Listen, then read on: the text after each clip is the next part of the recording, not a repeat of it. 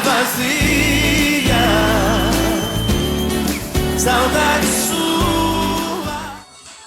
O ano de 99 revelaria a canção Vida Vazia, da dupla Bruno e Marrone, um grande sucesso.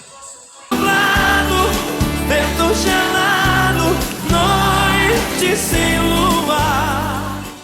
Outra canção sertaneja de grande destaque foi a canção Declaração de Amor, de Daniel.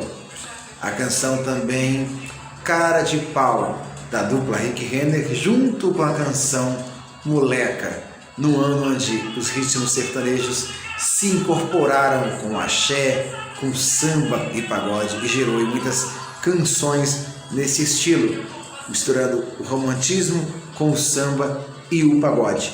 Esse foi um ano especial para a dupla Rick Renner, que estourou com a canção Ela é Demais. E em seguida, na canção Cara de Pau, Moleca, tendo convite aí na pontinha do pé com a banda, o Grupo Molejo, que também estava estourado nessa época.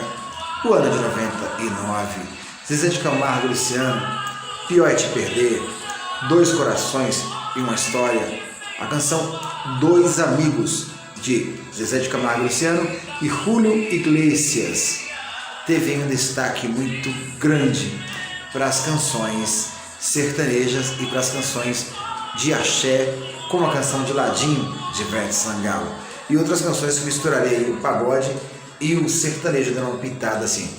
A canção Cadê Você Que Não Está, da dupla Sandy e Júnior. E finalizando aqui com a canção Vida Vazia, de Bruno e Marrone, que daria um grande destaque para a dupla, um grande sucesso. E você que fazia no ano de 99? Compartilhe aqui nos comentários. Vamos ficar conectados, porque por aqui a moda não sai da moda. E boa noite, gente.